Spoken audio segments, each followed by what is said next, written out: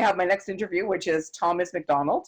And Thomas has been a friend of mine for since 2000 and, well, probably 2011 is when we first did our first production of Cabaret together. And since then, we've done so many shows together, like a million shows. He also is like quite a creative director for me, does a lot of all of my creative designs, and oh, he's just a man of everything. You know what I'm saying? So please welcome Thomas Mcdonald, everybody. Hi, Thomas. Hi, Denise. How's it going there, fella? Oh, chugging along. Broadcasting live from the living room. Yes, love the bunny. It's Easter. It's Easter. Yeah, hopefully this gets out by like at least by May. This would be really weird if this is over. Get this going. I'm like, yeah, Denise, let's depress us again. Anyway, so I know that you're home working, and how's that going for you? It's going well. I've discovered a need to put like actual pants and actual clothes on and designate a spot in my house that is my workspace. Because if not, you know, then you're in your pajamas all day long and you're laying on your bed, and it's not the most practical of work situations. No, it's not, because it's going to be very hard when we get back to normal to get back in the groove of things, right? Yeah. I know. I wore a dress today just for you. I wore a dress. Well, I put on a shirt with, well, not buttons, but domes. You know, it's fancy. You it up for me. Thank you. It's got a collar. You know, I do what I can. Much appreciated. I know that it's hard for you too, as well as for me, because we're both very creative people and artistic, and it's hard to contain that when we really want to go out and put it out for the world, right? So tell us what you've been doing in the meantime since we go through this. I know you have a project. Well, I'm one of those people. My husband always says you need to stay home more, and now I think he says you need to leave the house more. But I'm one of those people who's busy all the time, and you are too. So that's been a huge transition, right? We always have a project on the go, and not just one but three, and you're juggling all those things. So that's been a real transition. But I think a lot of creative people have been feeling that sense of all of a sudden everything grinding to a halt, right? And on one hand, I think there's this real push that we should all be massively productive, and we should be turning out all these things and getting all of that done, you know. And the first couple of days I was home alone, I started to feel really sorry for myself, right? I got into a bit of a slump, and then I decided that I needed to do something, because I cope better by doing things. I need to do something. So I reached out over the internet to a bunch of creative people, a bunch of creative friends, and said, what if we started doing a series of play readings online? What if we figured out a way to bring something creative, play the roles we might never get to play in a real production, try something out. Let's just put these things up and see if there are people interested. And so tomorrow night is the very first one of those. We're doing a self-isolation digital play reading of Oscar Wilde's The Importance of Being Earnest. Yes, that's fantastic. And you're curating this one, right? Yes. And then you have other people doing it as well, like yeah. So we've reached out, and hopefully folks will take up the reins and curate a play. So I'm using the word curate instead of direct, because you select the play, select the cast, and then put it all together in kind of a neat package to share that play with the world. Really focusing on the words of the play. Right. Not so much, and me, I'm an over-the-top person, so there'll be some visuals too. No, not you. Don't worry. You know, I'm very understated and low-key. Those are the two words. Yeah, you know, that was my biggest complaint about you, is the fact the guy's just not out there. Like, he's so insular, you know. Yeah. Very small, tiny package, very hard to get to know him, you know. Yeah. The thing I was going to ask you about is that how do you practice? How do you rehearse? We actually rehearse through Zoom. What you doing? Is it which working is well? how it did. There are some technical things, and it's going to be a little bit clunky and homegrown, but I think that's the nature of all of this. We're going to get better as we go. Right. But we're actually involving people in the cast who are in Toronto, and the next one is being curated by Alex Hamilton, who is in Northern Ireland. So the great thing about all of us being home alone is that we're actually home alone together, Exactly. You no know, it's matter where we wonderful. are. That's what I kind of wanted this project as well. Like being creative like I am myself is like, it's like a wild animal not able to get out of its cage. You know what I mean? It's kind of like that. And I know exactly how you felt. I had the depression for a few days. I was crying. I was thinking my world has ended because I Oh, don't know oh how my to go to God, this. you were crying. Shut What? up. Shut up. What? You know what I'm talking about. Yes, I'm a crier. We all know this. That's what it is. I worried I'm a about Russ. crier. You might have drowned in there. Well, I'm kind of like the person who sort of like what it is it out there. I don't hide too much, but what I was saying is like I needed creative outlets, and I don't know why this came into play as well as it did. I was very very happy that all the people that I approached want to do this and they're on board. I think it's important that everybody seems to pick up their bootstraps and get on board and work towards some goals, and not to feel so alone in the world in regards to your own creativity and how you could be kind of productive about it, right? Well, exactly, right? There are lots of ways that we can figure this out. There are lots of, I don't care what we're doing, just try something, right? Exactly. I've had people approach me who I don't think I would ever get to physically be on a stage, but they're willing to try this, right? Right. Right. Because it's in the comfort of your own home. It's a little bit safe, and who knows, maybe those people will eventually wind up on stage. That's the thing, right? I think this is the opportunity to go outside the box a bit because it's in the safety net of your home. It's a chance for you to sort of branch out. Like this is kind of new for me. I've never done something like this before, but it's something that it's kind of been interesting to me. I've watched everybody kind of do this kind of stuff, and I know that I'm like you. I'm very shy, and so this is outside the box for me. Not really. But I just kind of like, no, it's not outside the box for me. This is kind of what I need to do.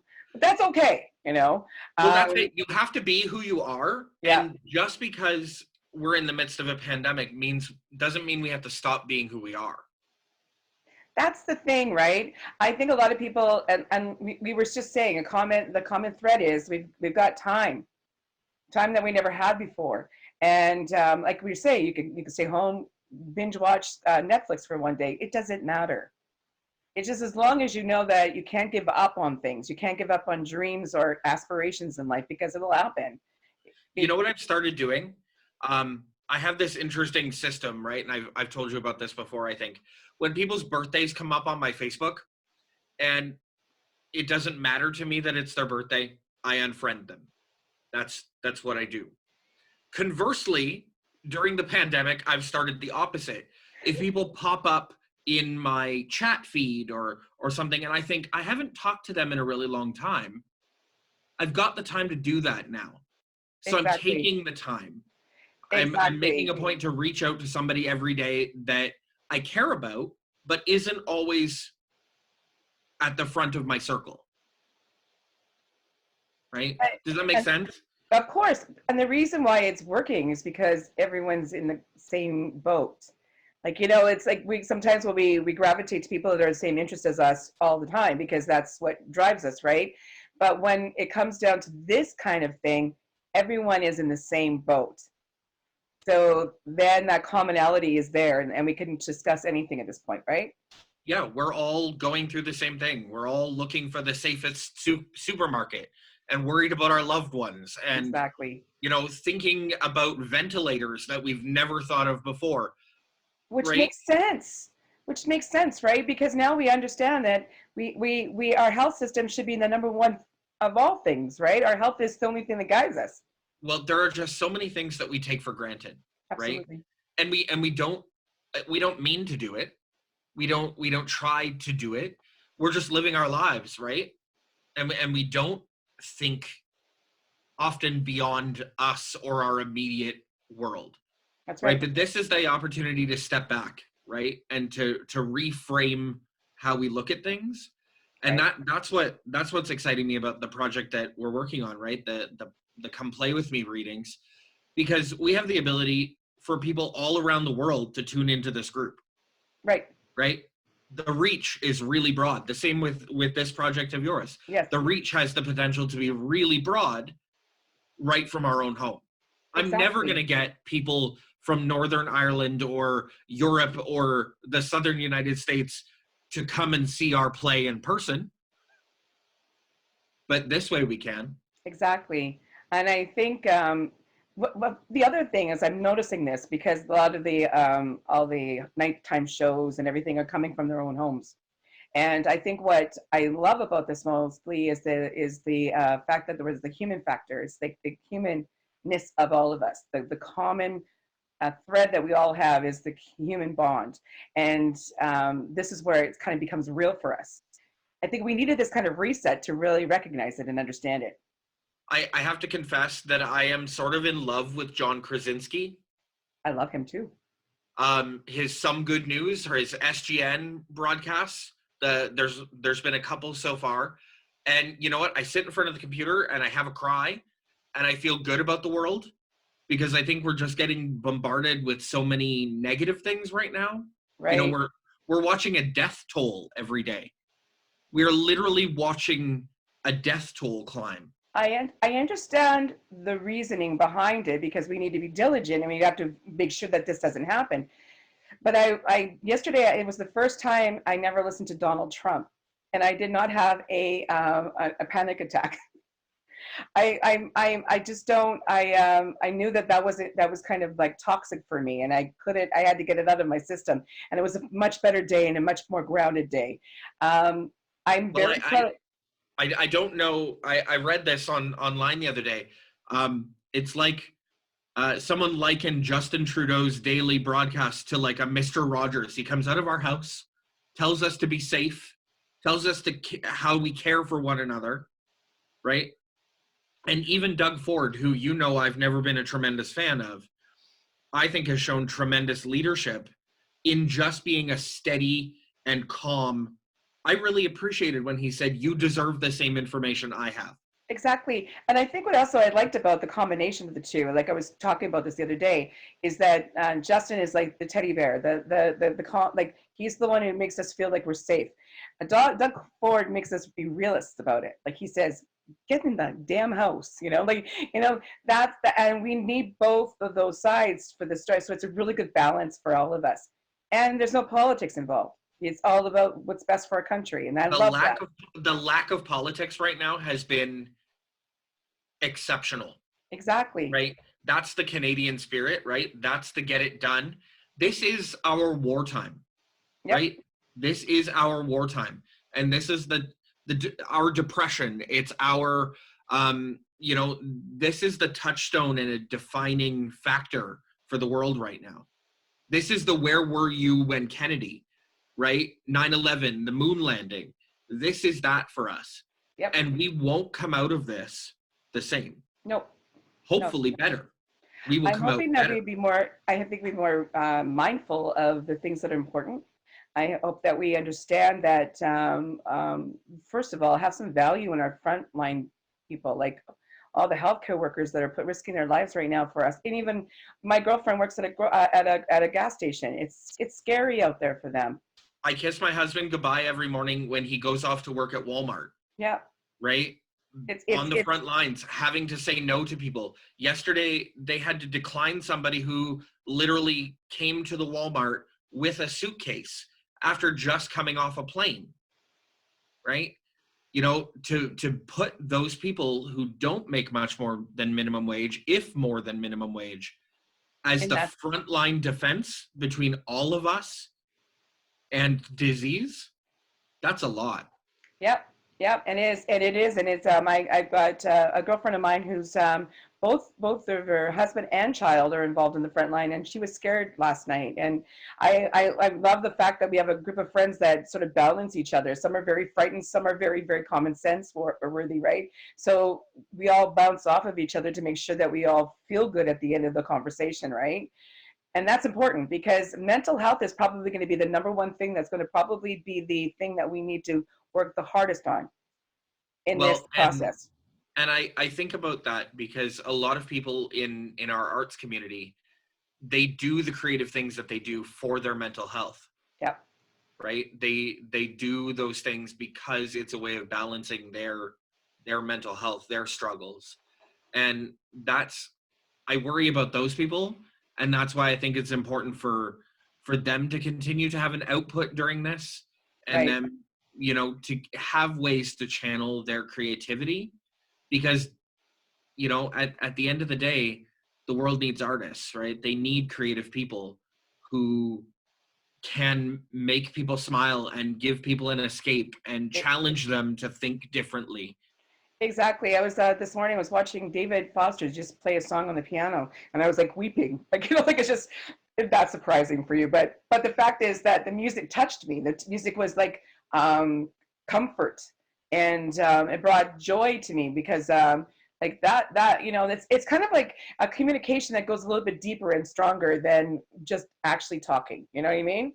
Well, music speaks to your soul, right? Exactly. Music is a way of speaking soul to soul, and that's important. Yep. I'm struggling, and I'm heartbroken for all the people who have, particularly, our young kids, right? Yes. Who have worked so hard towards a goal, Yep. right, through the year, and now are facing those, those playoffs, those festivals, those competitions, all of that going by the wayside, Yep. and Yep. I'm heartbroken for them, but I'm hope that they still find a way to dance. Exactly, and then find a way to let that outlet go. The one thing that struck me was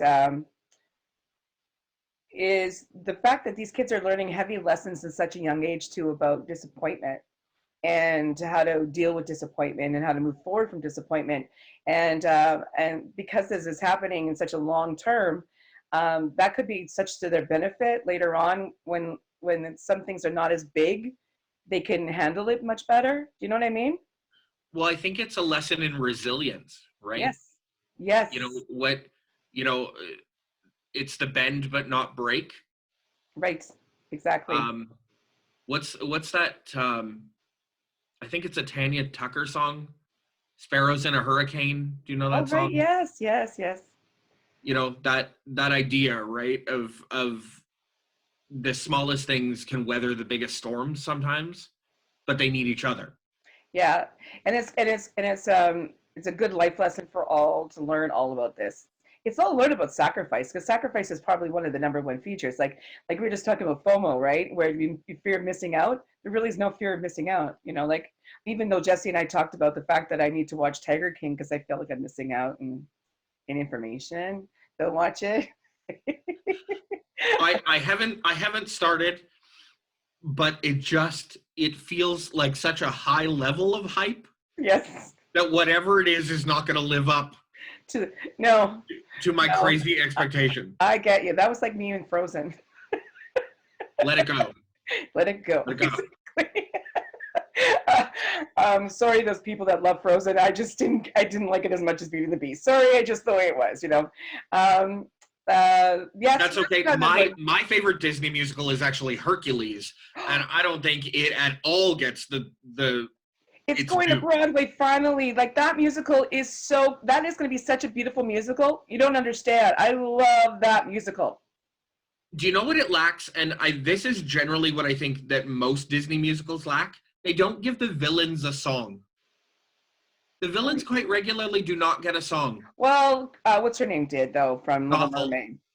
Well, Ursula. Ursula got a song. Mother Gothel got a song in Tangled. She got Yeah. Mother Knows Best. Gaston got a song. But Gaston wasn't really the villain. Devin and I were arguing about this the other day. Gaston is not the villain. He was doing the right thing with the information he had. He was told that a monster kidnapped the girl he desires and is keeping her hostage in a castle. Okay, What but would you do? sorry, gonna stop you right there. She doesn't desire him, so what the heck, right? That's stalkerish saying. It's also the 1700s. The girl didn't have a lot of say back then. Oh, right, which is why I like Belle so much. Just say it, I'm not arguing. It's just Gaston is not a traditional out for bad villain. Okay, all right, I'll give you that. He's not Maleficent or Captain Hook. I gotta ask you a question though. When you watch the Beauty and the Beast one with the real life one, okay, didn't you think the Beast was more attractive than the prince?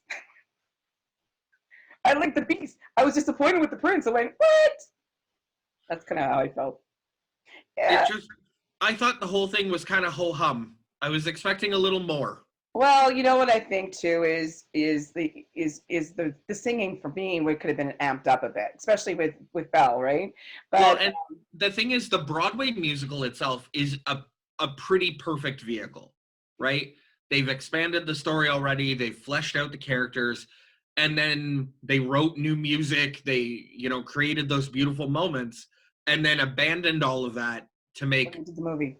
a subpar version of the animated film. I think what happens is because they got writers to do the Broadway musical, they don't want to lose the magic of going to the actual see the live version of it, so they don't want to put it on screen. Where and I struggle with that, right? I know they want to make a different and a new and whatever, but that doesn't always work. Look at Cats. Rent too.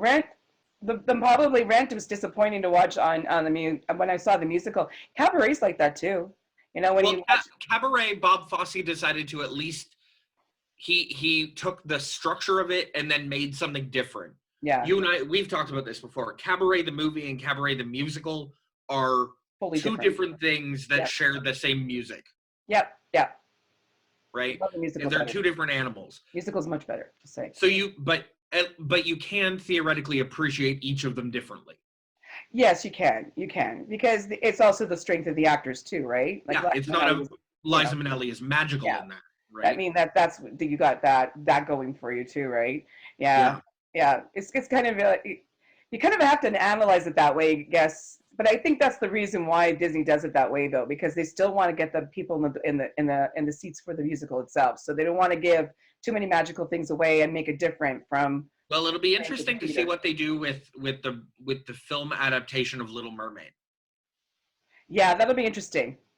And Lin-Manuel Miranda's writing new music for it, apparently. That's going to be cool. That's going to be very cool. I love him. So I love him. Like, that's a perfect example too. Bring It On was never like the movie. Bring It On was like a totally different storyline, Entirely different animal, right? Legally Blonde, it just had a little couple of twists and turns in regards to the storyline, but it stays the same too as well. But basically a ways of fleshing out. Most of the changes to that are ways of fleshing out the characters. Exactly, because you had to make it into what people wanted to see come alive on stage, right? And also I think sometimes the difference is like a lot of the movies that get adapted for Broadway are like a 90-minute film, right? And in a Broadway film, you're expecting more, right? Exactly. You're there for 2 hours. You're there for a longer period of time. So you need to see something a little bit more. Yep. I think that it's interesting to look at both sides of the spectrum of things. That's probably why it's entertainment, and it's all subjective, right? You and I are like just a little bit more critical because that's what we do, right? That's probably what we do. But for the person, the normal viewer, they'll love both sides of the spectrum because it's entertaining for both sides, right? We just love to be a little more pickier. That's all. But I just wanted to let you know, like, just a couple of what I'd like to have done is just a couple of words of wisdom to help people get through this. In your words. Oh well, that's big. I think I think there's a level of this where you just need to take it one day at a time, right? You need to take it in manageable doses. Don't think about what the end date of this is. Think about what today is and how to put value in today, how to put value into tomorrow, and that each of those days doesn't have to be the most productive day of your life, right? It just has to be a day where your head's above water and your body's above the ground, right? Like each day we're going to have successful days and we're going to have not successful days, but they're one day at a time. Yeah. And we can support each other to have succse one day at a time. I think you have to take those down times and think of them as a positive instead of a negative too. Like we all need that refueling, right? I noticed that just taking one day off, which I never do, but I decided that when I'm home, one day off, no work. And I look forward to that day so much. I'm looking forward to shutting the world off for a little while and binge watching Netflix all day, and just finding a moment with friends, finding a moment Exactly. to I have, chat. yeah, and Zoom is really a great opportunity for that. Like we meet with the adult musical theater class, and you meet with your performing arts class. I meet with my high school people. I meet with all my students. It's just connecting, making sure we still connect, because that's going to be probably the biggest disconnect right now, is the fact of lack of humans around us. The I was having a rough morning the other day. Tuesday morning, I think I was having a rough day. Whatever day it rained, I woke up and wasn't feeling great. And a couple of friends were out and about. So literally just pulled up outside of my house, and they visited from their car. I sat on the porch, and we just had a little actual face to face. That's beautiful. You know, just recognizing that for pretty extreme extroverts like us, uh, being at home all the time is a challenge. It And is. even the Zoom thing doesn't always meet that need. Nope, nope, nope, it doesn't. And it just, it's going to be something really that we're going to just embrace so much that it's going to be like more celebratory than it's going to be anything.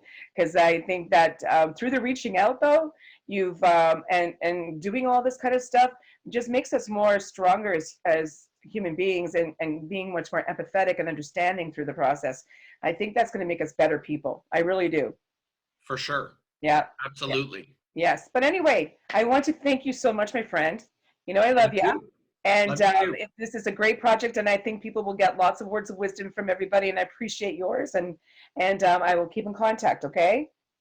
Bye. Bye. Love you. Love you too.